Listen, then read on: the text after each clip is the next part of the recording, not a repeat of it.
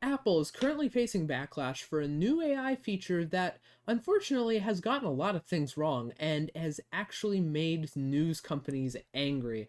Now, it's just a fact of the matter with AI that things will screw up, and they seem to have screwed up big time for Apple, and now they're rolling it back. So we're going to be talking about it in today's video. Okay, so we're going to start off with this article by the New York Times. Apple plans to disable AI features summarizing news notifications. Now, if you aren't already aware, Apple a little while ago released Apple Intelligence alongside their new version of iOS, and Apple Intelligence is just the revamp to Siri basically. And one of its features was AI notification summarization. Basically, if you had a lot of notifications from like one app, it could go ahead and summarize them all for you. Sometimes maybe you'll get a bunch of text messages or a bunch of Discord messages, Telegram, or maybe some news notifications, maybe something from your work, Uber, Slack, whatever. Sometimes you'll have a bunch of notifications and you don't want to read through all of them. So Apple's idea was like, oh hey, we'll just put them through an AI and AI will give a summary back. Small problem. Sometimes it just screws up badly, and one of the first to notice was the British Broadcasting Corporation, who was also one of the first to tell Apple to stop it. Here's the mess up, as the BBC pointed out. So the BBC sends breaking news alerts on a single subject. So, for example, CEO shooting suspect Luigi Mangione in angry outburst outside court as he fights extradition to New York. Basically, BBC sent the news headline, that being the news headline. And then as they send more, the AI tries to summarize them all, and sometimes it screws up. For example, it said in this one that Luigi Mangione shot himself.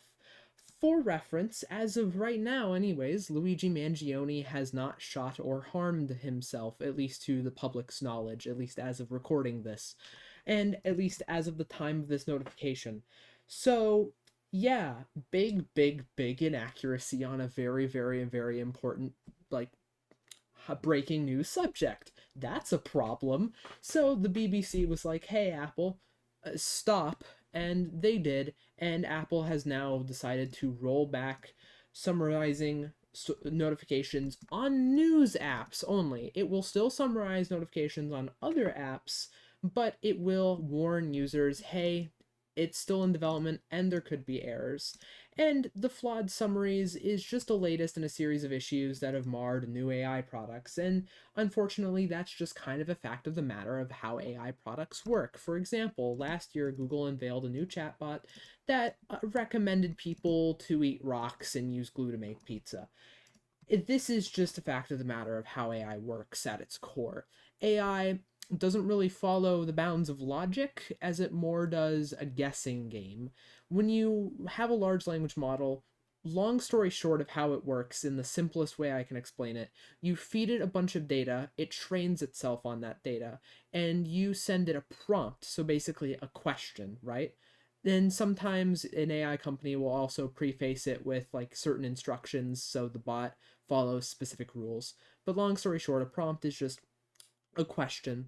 You ask the AI bot the question, and it'll key out specific parts of the sentence or paragraph or whatever you gave it. It'll key those out and try to guess a response based off of those key parts, or as the AI companies call them, tokens. So that's how it works. It's just a guessing game. That's how all of this AI works, at least large language model AI. It's just a guessing game. So, as such, it doesn't have the logic to determine that eating rocks and using glue to make pizza sounds a bit weird, right? It doesn't have that. So that's just one of the trade-offs with AI. Sometimes you genuinely just can't trust what it says. And this isn't just plaguing the BBC and the news companies as well. It's also done weird things with personal notifications. For example, here's a screenshot of somebody's Slack notification. Movie bad, button on jacket in movie. What does that mean? We'll never know. And there's also this one here from Apple News themselves. This is a summary from Apple's own news platform. Love salmon might not be a good idea. Polar bears are back in Britain. What? What does that mean? But point being, sometimes it will just screw up a bit and give very, very, very, very weird results.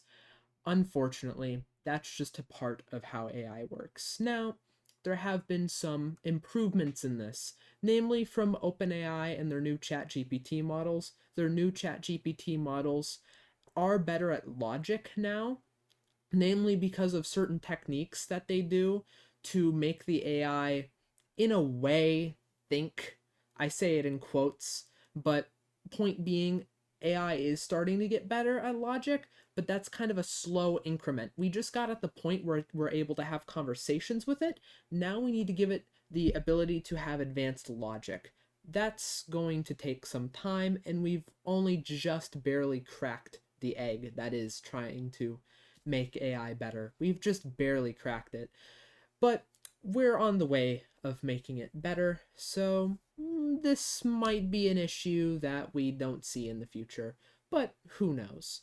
So that's about all for today's video. Thank you guys for watching. Like, comment, subscribe. If you want to watch more, you can watch more right over here. Take care, you guys, and of course, stay safe out there.